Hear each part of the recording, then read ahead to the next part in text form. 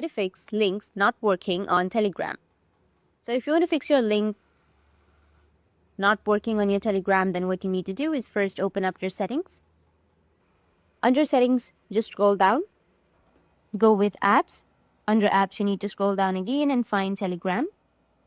Or first, you can just open up your Telegram application and then go with the settings page, which is on the bottom right. Once you go with your settings, you need to scroll down, go with data and storage. Now you will have an option of open links in Telegram under other section. Tap on it.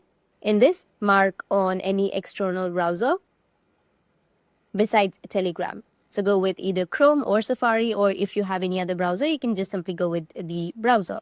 It will successfully load. The other thing you need to make sure is to verify that the Telegram app is updated, as older versions may have bugs affecting link functionality.